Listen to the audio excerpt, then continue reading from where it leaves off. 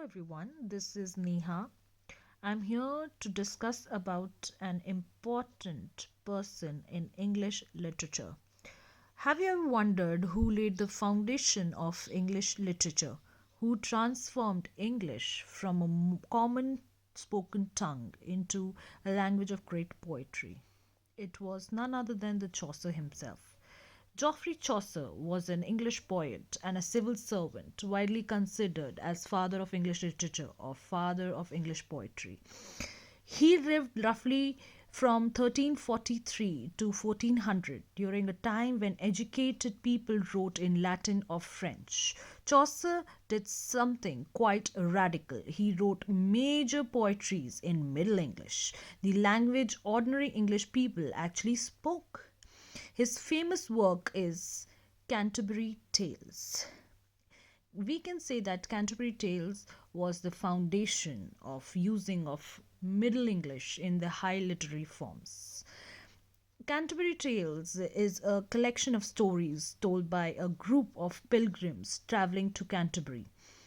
Each pilgrim comes from a different social class: knight, miller, nun, and Chaucer uses them to explore human nature with humor, irony, and sharp observation. Thinking of medieval England talking to itself, often with a raised eyebrow. Chaucer was not only a poet, he was an official diplomat and civil servant, which meant he met people from every layer of society. And this is what is actually seen in the Canterbury Tales. The result is a miniature society in motion. Chaucer uses storytelling as a social microscope through this work. Chaucer's life was closely tied to English royal court. Uh, why it was tied? He was married to Philippa de Roet. Philippa was herself closely connected to English court. She served as a lady in waiting to the Queen Philippa, the wife of King Edward III. So Chaucer's link to the court was strengthened not by his job but also by his marriage. Philippa's sister Catherine later married John of Gaunt, the powerful Duke of Lancaster. This made Chaucer indirectly connected to one of the most influential families. Chaucer lived under the reign of three successive English monarchs. ये बहुत important point है, must note down. First is Edward III, Richard II, and last Henry IV.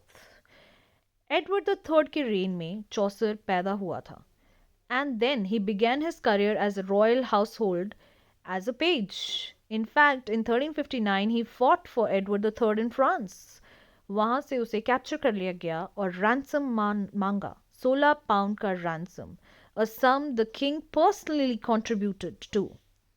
In fact, Edward III later granted him many various rewards, including a famous daily gallon of wine for life. Up Richard II, this was Chaucer's golden period. Chaucer's professional peak occurred under Richard II, where he served as diplomat to Italy and France. He was appointed to the higher ranking administrative roles. He was highly influenced by the works of Dante, Petrarch, and Boccaccio. And the third king was Henry IV. Though Chaucer's health declined, Henry IV continued to support him. Now, we will talk about literary works of Geoffrey Chaucer. Geoffrey Chaucer's literary career is usually divided into three periods based on the influence and development. Phase 1 we can say is French period, which is up to 1370. Phase 2 we can say is Italian period, which is 1370 to 1385, and the English phase or the mature period, which we can say is 1385 to 1400. So his journey looks like French imitation in Italian influence and English originality. Talking about French period. Chaucer's French period is till 1370. This is known as early phase of Chaucer's career. This period represents Chaucer's formative stage as a poet when he was still learning poetic craft and experimenting with established styles rather than developing an original voice. This involved translations from French literature. French was the language of English aristocracy at the time, and he was fluent in it, using French texts as source and intermediaries of his own writing. His poetry was heavily influenced by French writers such as Guillaume de Rose and Jean de Meun. French courtly literature shaped his theme and language. Major work of this period were The Romaunt of the Rose, The Book of Touches, A Prayer to the Virgin Mary, the ABC, and The Complaint of Venus. The French period is Chaucer's apprenticeship in poetry. It laid foundation for his later maturity and originality in Italian and English periods. ये आप note कर सकते हैं. Then comes the Italian period. Chaucer's Italian period was approximately from 1370 to 1385. This period marks a turning point in Chaucer's literary development when he moves beyond imitation and begins to show originality and depth. After his travels to Italy, Chaucer was very much influenced by Dante, Petrarch, and Boccaccio. Their works introduced him to new ideas about love, fate, human psychology, and tragedy. Chaucer still used the dream vision form, but treats it more creatively and critically, often questioning truth, fame, and human judgment.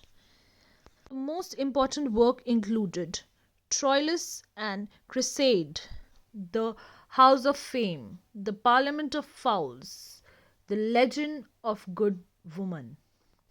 You can note it down from UGC point of view. Here we can see The Legend of Good Woman was an unfinished work, but this was the first in English to use heroic couplet, influenced by narrative style of Italian humanists. So Chaucer used heroic couplets for the first time. This period, represents the height of Chaucer's literary achievement, when his poetic skill and vision reach its full maturity. This is the final and mature phase of Chaucer's career. Chaucer writes confidently in Middle English, proving it capable of serious literature. This is why he is called as father of English literature. His magnum opus, The Canterbury Tales, which was mostly written in between 1387 and 1400. He represents a wide range of English social class, nobility, clergy, merchants, common people, with realism and sharp observation. Chaucer uses gentle humor and subtle irony to expose hypocrisy, corruption, and human weaknesses without open bitterness. This period includes romance, fabula, tragedy, moral tales, and satire, showing Chaucer's versatility as a writer. His other English works were, as I said, The Legend of Good Woman, though it is an unfinished work, but this was the first English writing which introduced heroic couplets.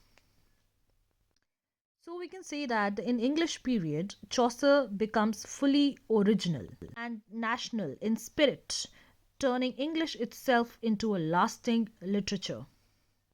I hope you have understood that why he is called the father of English literature. Chaucer didn't just write poetry, he created a literary tradition. Chaucer's journey from a court to literary legend. I hope this helped.